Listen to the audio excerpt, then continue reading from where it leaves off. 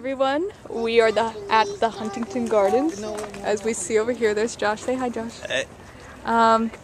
So here we go, and our journey begins to the right? Yes. Japanese and Chinese gardens. Okay, here we go. Huntington in general is very Greco-Roman, very classical in its mansions and in styles.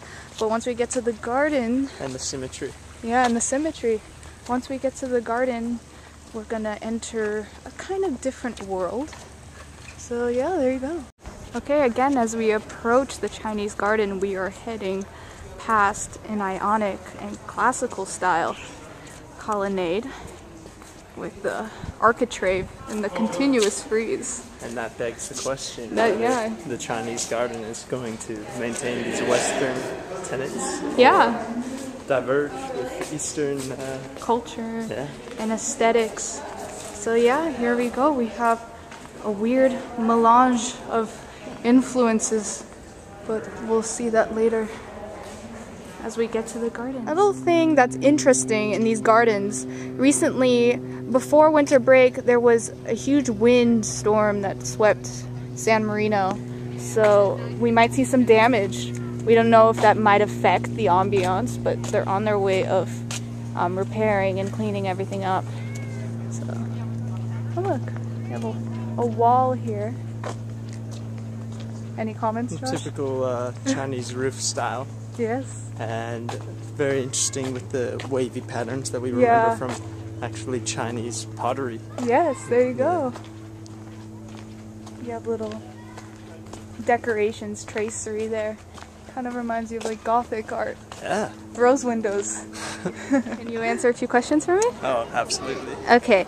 Is this garden interactive in any way? Definitely interactive. You know, you have multiple seating areas where you can just enjoy the vistas, like this nice little rounded area to watch the pond. And there are ducks and koi fish that are meant to be fed. Fed everywhere. You see a bunch of families just feeding them, children and adults mixed. Very wide range of people here. It smells like Chinese food here. Yes. Very nice. Stimulating multiple senses. So there you go. We have some characters here. But another thing that we noticed, we saw some bonsai, we see koi fish, and it comes to question whether this is truly authentic Chinese, or rather just, you know, an American attempt of creating some sort of world for people to look at. Especially with the Japanese entities. Yeah, Japanese entities. Okay. Extremely circular. This garden, what we've noticed, this garden is extremely circular because I think we've reached the end. Once the dirt path comes, we've reached the exit.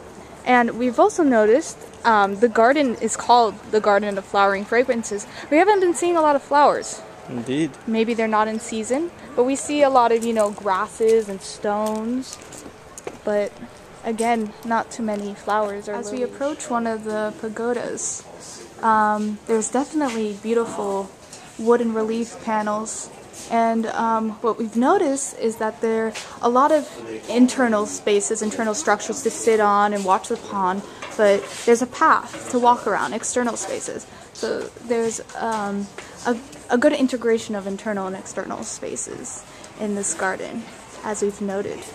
We're seeing a performer actually set up now, and we imagine that he'll probably be playing Chinese music, as judged by his case. And just wondering how the musical element is going to affect the overall very peaceful nature of this garden. We had the vision, we had the smell, now we're going to have the sound.